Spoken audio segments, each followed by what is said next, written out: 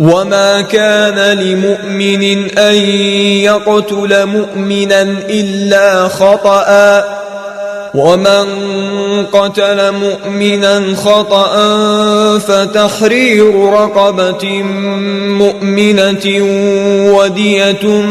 مسلمة إلى أهله إلا أن يصدقوا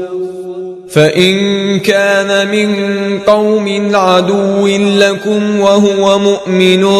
فتحرير رقبة مؤمنة وإن كان من قوم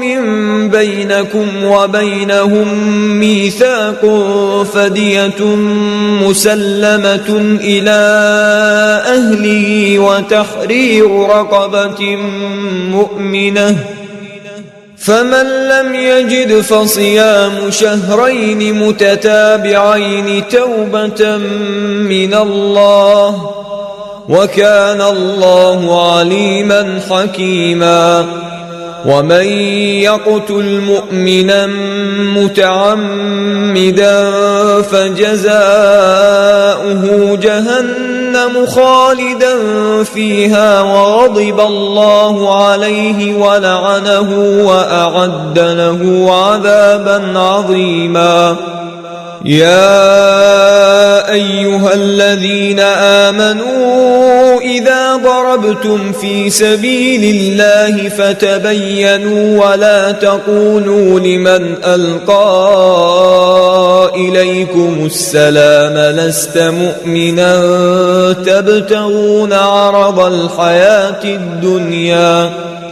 تبتغون عرض الحياة الدنيا فعند الله مغانم كثيرة كذلك كنتم من قبل فمن الله عليكم فتبينوا إن الله كان بما تعملون خبيرا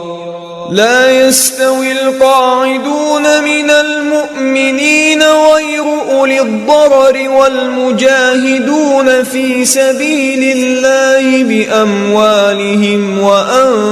وأنفسهم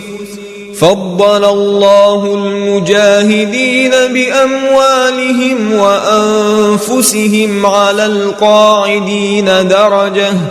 وكلا وعد الله الحسنى وفضل الله المجاهدين على القاعدين أجرا عظيما درجات منه ومغفرة ورحمة وكان الله غفورا رحيما إن الذين توفاهم الملائكة ظالمي أنفسهم قالوا فيم كنتم قالوا كنا مستضعفين في الأرض قالوا ألم تكن أرض الله واسعة فتهاجروا فيها فأولئك مأواهم جهنم وساءت مصيرا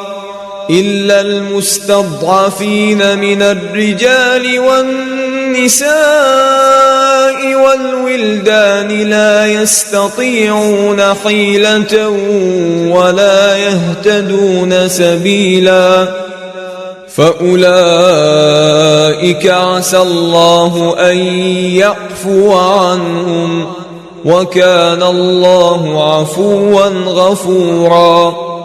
ومن يهاجر في سبيل الله يجد في الأرض مراغما كثيرا وسعة ومن يخرج من بيته مهاجرا إلى الله ورسوله ثم يدركه الموت فقد وقع أجره على الله وكان الله غفورا رحيما وإذا ضربتم في الأرض فليس عليكم جناح أن تقصروا من الصلاة إن خفتم أن يفتنكم الذين كفروا إن الكافرين كانوا لكم عدوا